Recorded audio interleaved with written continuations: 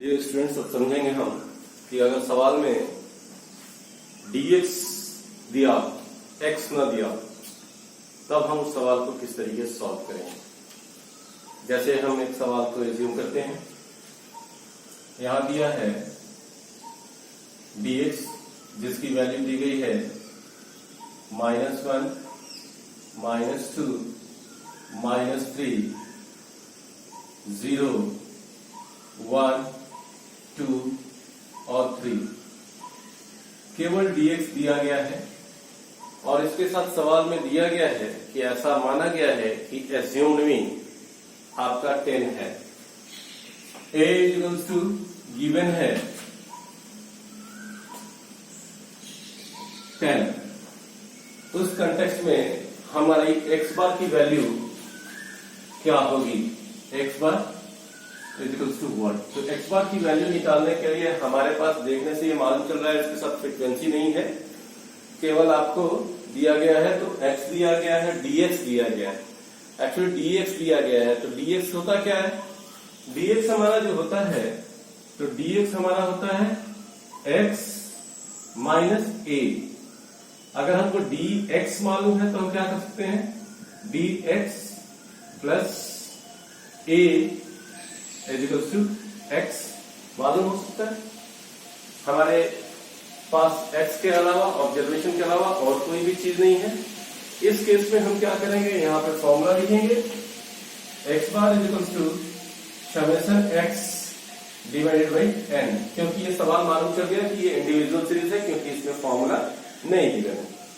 अब हमारे पास a भी मालूम है, जैसा कि क्वेश्चन में दिया गया है कि a हमारा 10 है। a अगर मालूम है तो x बार मालूम करना आसान हो जाएगा। क्यों? क्योंकि a को अगर dx में जोड़ देंगे तो हमारा क्या आ जाएगा? x आ जाएगा। आइए सबसे पहले हम x निकालते हैं। x equals to dx plus a।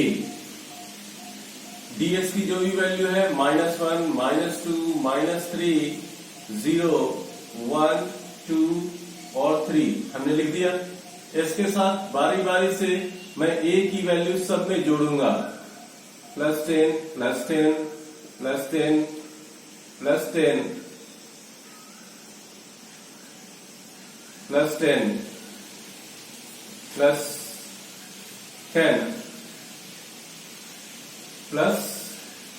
+10। तो इससे हमको क्या मालूम चल जाएगा? इससे हमको मालूम चल जाएगा कि x की वैल्यू क्या है। x माइनस a, तो अब हमारे पास सबकी वैल्यू आ जाएगी बारी बारी से। ये हमारी वैल्यू हो जाएगी 13, ये हो जाएगा 12, ये हो जाएगा 11, ये हो जाएगा 10, ये हमारे पास हो जाएगा 13 की जगह हो जाएगा, प्लस में है तो 7 हो जाएगा 7, यहां हो जाएगा 8 और ये हो जाएगा 9। अगर अब हम इसको क्या बोलेंगे? ये हमारा क्या निकल गया? x निकल गया। अब हम इस x में x का अगर टोटल करेंगे तो वो क्या कहलाएगा? वही हमारा समेशन x होता है। तो यहां हमने समेशन x की वैल्यू लिख ली। तो ये हो गया 9, 8, 17 और 7, 17 और 7 हो गया 24, 34, 35, 45, 55, 57, 60, 70। इसका एडिशन हमारे पास हो गया 70। तो समेशन x तो हमको मालूम चल गया, हमने लिख दिया 70। नंबर ऑफ आइटम्स हमको मालूम चल जाएगा कितने हैं? 1, 2, 3, 4, 5, 6, 7। अब ये हमारे पास नंबर ऑफ आइटम्स हो गए 7। x बार की वैल्यू कितनी हो जाएगी? 7 10 जा 70। तो x बार की वैल्यू हो जाएगी 10। यही हमारा आंसर हो जाएगा। तो जब भी dx दिया होगा तो आप ऐसा ना करें, घबराएं नहीं।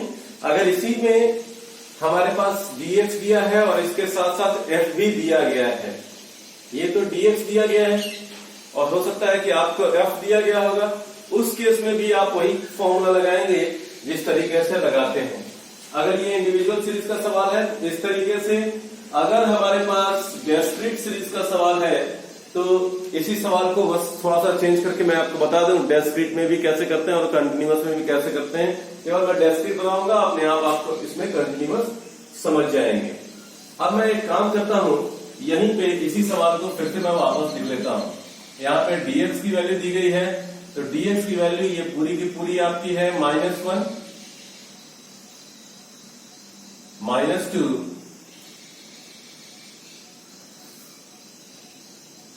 -2, फिर dx की वैल्यू आपकी तीसरी हो जाएगी -3, 0, 1, 2 और 3। 2 और 3 विजिबल नहीं है, आइए 2 और 3 हमने लिख दिया। अब हम इसके साथ अगर फ्रीक्वेंसी दे देंगे तो हमारे पास वैल्यू आ जाएगी। फ्रीक्वेंसी के लिए हम क्या करेंगे कि सबसे पहले यहां पे मैंने लिख दिया 2, देन 3, 1, 2, 3, 1, 10। अब ये जो हमारे पास फ्रीक्वेंसी टोटल आ गई, यहां पे मैंने कर दिया, छोड़िए इसको मैं 9 ही कर देता हूं, बस जैसे भी ये इस पे आ जाए। चलिए मैंने इसको 9 कर दिया। अब ये हो गया 2, 3, 5, 1, 6, 6, 2, 8, 3, 11, 1, 12 और ये हो जाएगा आपके पास 21। हमारे पास n की वैल्यू हो जाएगी 21। अब हम इसी को आगे बढ़ाएंगे, मतलब अब सवाल हमारे पास बदल गया। अब हमको क्या चाहिए, तो dx हमारे पास दिया है, dx से x जैसे निकालते थे वैसे निकाल लेंगे। अब हमको जरूरत पड़ेगी x बार, अगर डिस्क्रीट सीरीज का हो गया तो हमारा फॉर्मूला क्या हो जाएगा, summation f x divided by n। हमारे पास f भी है और x भी है, इनका मल्टीप्लिकेशन निकालेंगे और उसको n से डिवाइड कर देंगे। n हमको मालूम हो गया, यहाँ पे n हमारा 21 हो जाएगा। यहाँ पे ये सवाल ही अलग है, इसलिए ऐसा मत सोचिएगा कि डिफरेंट मेथड्स में एक सवाल को डिफरेंट मेथड से बनाएंगे तो सवाल सेम है।